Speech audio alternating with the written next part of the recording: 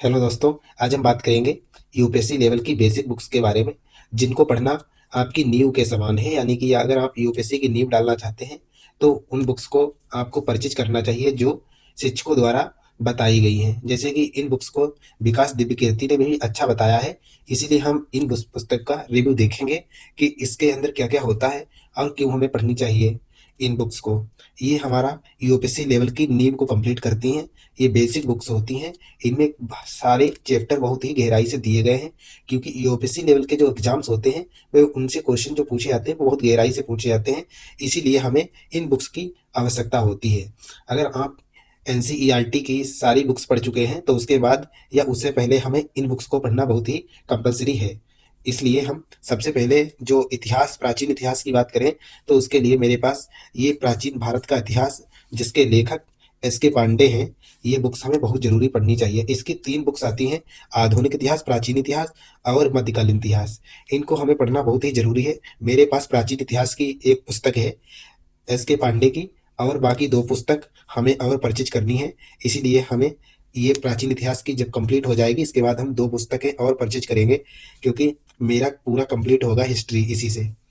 इसका रिव्यू देखेंगे। सबसे पहले हम इस पुस्तक की प्राइस की बात करें तो यह समथिंग 300 या 400 की होगी, इससे ज़्यादा की नहीं है।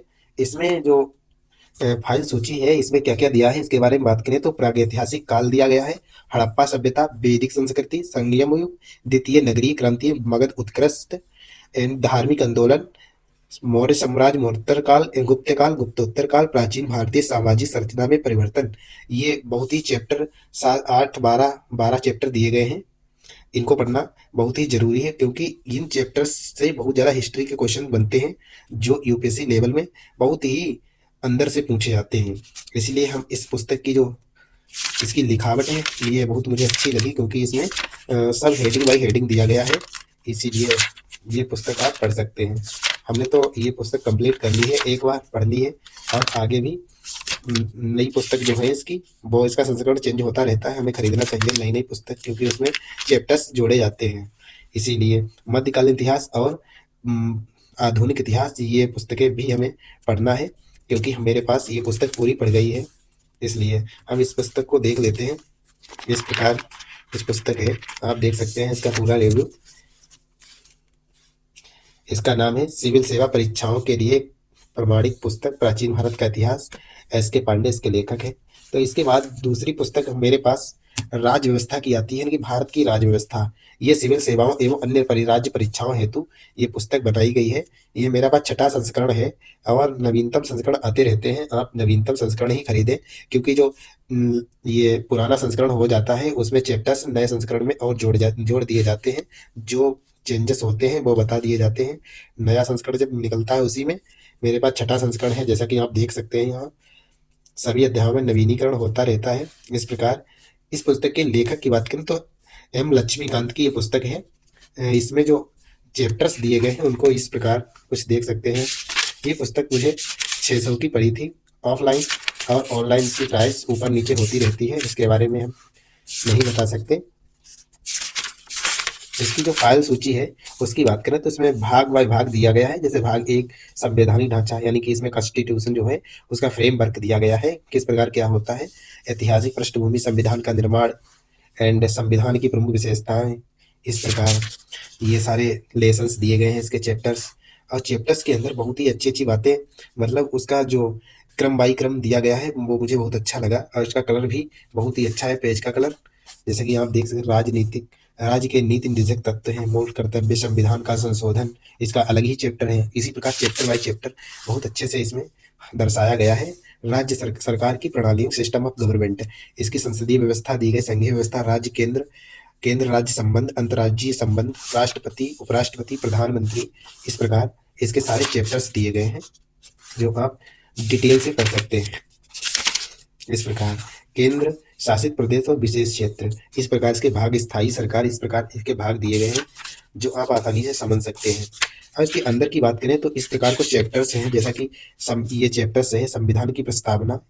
इस प्रकार इसमें जो कलर दिया गया है ये पढ़ने में बहुत अच्छा लगता है, इसीलिए ये पुस्तक मुझे अच्छी लगी। ये पुस्तक हमने आधी से ज़्यादा पढ़ ली है अभी फिलहाल में। आप देख सकते हैं ये हमने मार्कर द्वारा इसका जो पढ़ा है, पढ़ने में आसानी होती है, याद भी जल्दी हो जाता है, इसे मार्कर द्वारा में ही पढ़ना चाहिए। इस प्रकार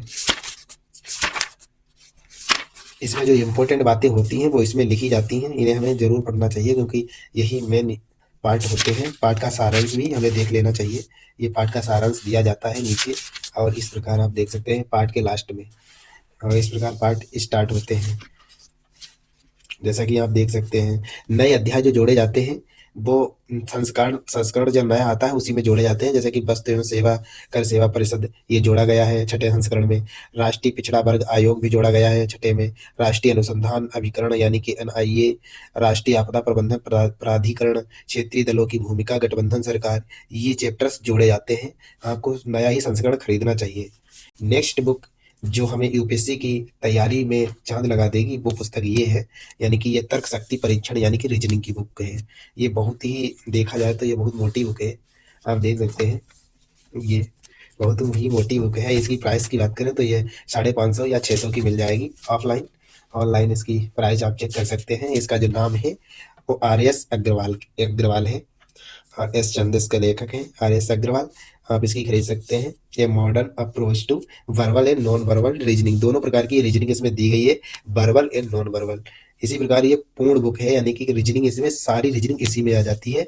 ये जो निम्नलिखित में परीक्षाएं भी दी गई हैं जो ऊपर आप देख सकते हैं, IBPSC और बैंक की इसी में, RRB ऑफिसर्स के लिए, नाबार्ड के जो बैंक कर्मचारी उनके लिए, ये SSC CGN के लिए है, और यूपीएससी के लिए CSET, SCRA ETC परीक्षा, railway group D others technicals, MAT, BBM, इस प्रकार बहुत सारी परीक्षाओं के लिए यह बहुत ही अच्छी बुक है। सबसे अच्छी बात इसकी ये है कि इसमें ये कूपन कोड दिया गया है, इसको यूज करके आप चैप्टर बाय चैप्टर पढ़ सकते हैं, क्योंकि इसका यूट्यूब चैनल भी है जो आप इसका टेस्ट दे सकते हैं। इसका एप्लीकेशन भी आता है, वहां से आप आसानी से इसकी तैयारी कर सकते हैं।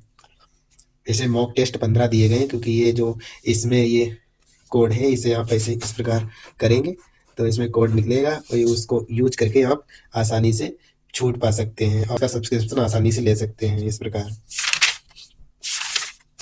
इस चैप्टर्स की बात करें तो इसका जो वर्बल रीजनिंग के चैप्टर्स हैं, जैसे series, completion, analogy, classification, decoding, blood relation, इस प्रकार के चैप्टर्स दिए गए हैं।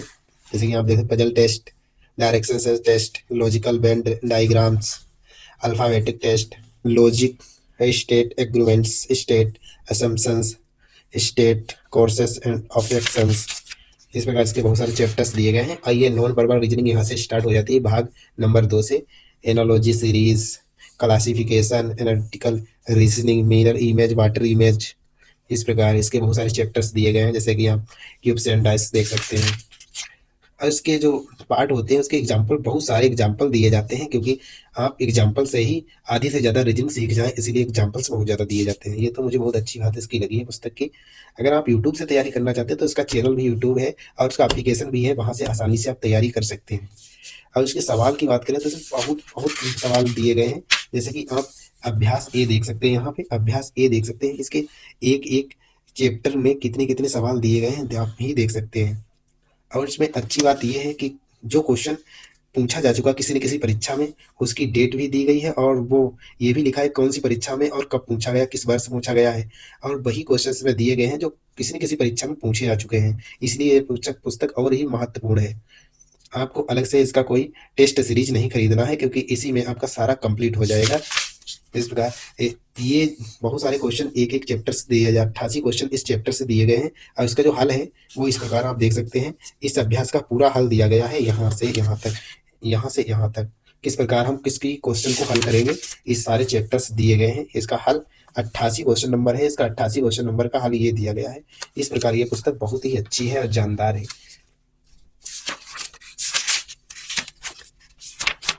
आप देख सकते हैं रक्त संबंध, ब्लड रिलेशन, इस प्रकार इसके जो इसका जो टॉपिक है वो हम यहाँ समझ सकते हैं और आगे चल के इसी पर डिपेंड है सारे सवाल, वो हम लगा सकते हैं। एक एक चैप्टर से बहुत बहुत सारे सवाल दिए होते हैं, इसीलिए ये पुस्तक बहुत मोटी है, क्योंकि इसमें एग्जाम्पल्स बहुत ज़्यादा दिए गए हैं। आप इसे पूरी अगर पुस्तक पढ़ेंगे तो यूपीएससी लेवल की आपकी अच्छे से तैयारी हो जाएगी, अन्य बुक आपको खरीदनी नहीं पड़ेगी। जैसा कि आप देख सकते हैं ये डायग्राम बहुत ज़्यादा दिए गए हैं।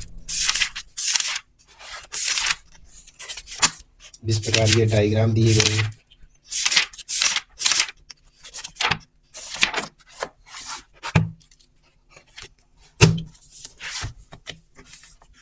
नेक्स्ट बुक है मेरे पास, ये अंकगणित प्रतियोगी परीक्षाओं के लिए। ये भी आर एस अग्रवाल की है, इसके लेखक आर एस अग्रवाल हैं। अगर आप खरीदना चाहते हैं तो ऑनलाइन ऑफलाइन दोनों तरीके से आपको मिल जाएगी।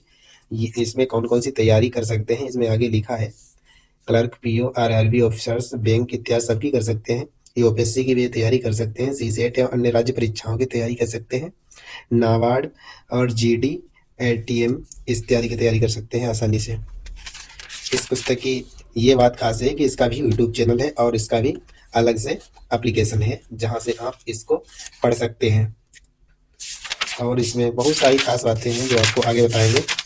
सबसे पहले इसके चैप्टर्स के बारे में देख लेते हैं, क्योंकि चैप्टर्स ही मेन होते हैं। इसमें क्या क्या दिया है देखते हैं। संख्या पद्धति, HCF and LCF, simplification, decimal fractions, square root and cube root, average, problem और numbers, problem age, charts and indices, percentage, profit and loss, ratio and proportion, partnership, compound, proportion, time and work, pipes and cisterns, time and distance, problem and trends, boat and streams, irrigation। इस प्रकार बहुत सारे simple interest, compound interest, इस प्रकार बहुत सारे interest के chapters अलग अलग दिए गए हैं। क्योंकि चक्रवृद्धि, कंपाउंड इंटरेस्ट, एरिया, वैल्यू में solids, races, calendar, clocks, stock and share, true discount, banker's discount, algebra, linear equations and two variables, quadratic equations, trigonometry, lines and angles, triangles, circles, polygons. सारणी भी दिया गया है, डंडारेख, रेखाचित्र, पाई चार्ट। ये बहुत ही important chapter है जो आजकल एग्जाम से बहुत ज़्यादा पूछा जाता है।